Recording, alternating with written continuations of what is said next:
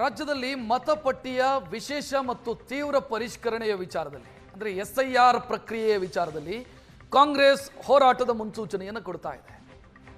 SIR ನಿಂದಾಗಿ ಜನರಿಗೆ ಯಾವುದೇ ರೀತಿಯಲ್ಲಿ ತೊಂದರೆಯಾಗಬಾರದು ಮತ್ತು ಮತಾಧಿಕಾರಕ್ಕೆ ಧಕ್ಕೆಯಾಗದಂತೆ ತಡೆಯುವಂತ ಪ್ಲಾನ್ ಅನ್ನು ಕಾಂಗ್ರೆಸ್ ಮಾಡಿಕೊಳ್ತಾ ಇದೆ. ಕಾನೂನು ವ್ಯಾಪ್ತಿಯ ಜೊತೆಗೆ ಜನತಾ ನ್ಯಾಯಾಲಯದಲ್ಲೂ ಹೋರಾಟ ಮಾಡಬೇಕು. ಸರ್ಕಾರ ಮತ್ತು ಕಾಂಗ್ರೆಸ್ ಜಂಟಿಯಾಗಿ ಹೋರಾಟದ ಹಾದಿಗೆ ಇಳಿಯೋದಕ್ಕೆ ನಿರ್ಧಾರವನ್ನು ತೆಗೆದುಕೊಳ್ಳಲಾಗಿದೆ.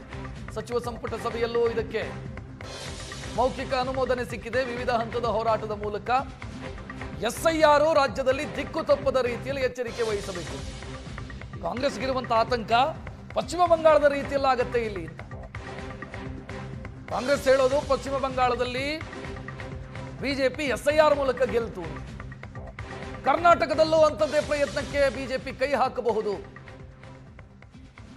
ಅದಕ್ಕೆ ಅವಕಾಶ ಕೊಡಬಾರದು ಅಂತ ಕಾಂಗ್ರೆಸ್ ಪ್ಲಾನ್ ರೂಪಿಸ್ತಾ ಇದೆ.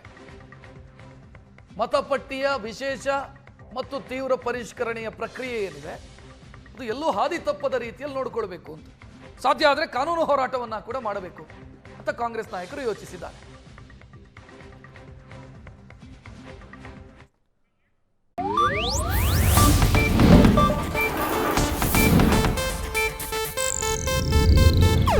ಇದು ಏಷ್ಯಾನೆಟ್ ನ್ಯೂಸ್ ನೆಟ್ವರ್ಕ್ ಪ್ರಸ್ತುತಿ.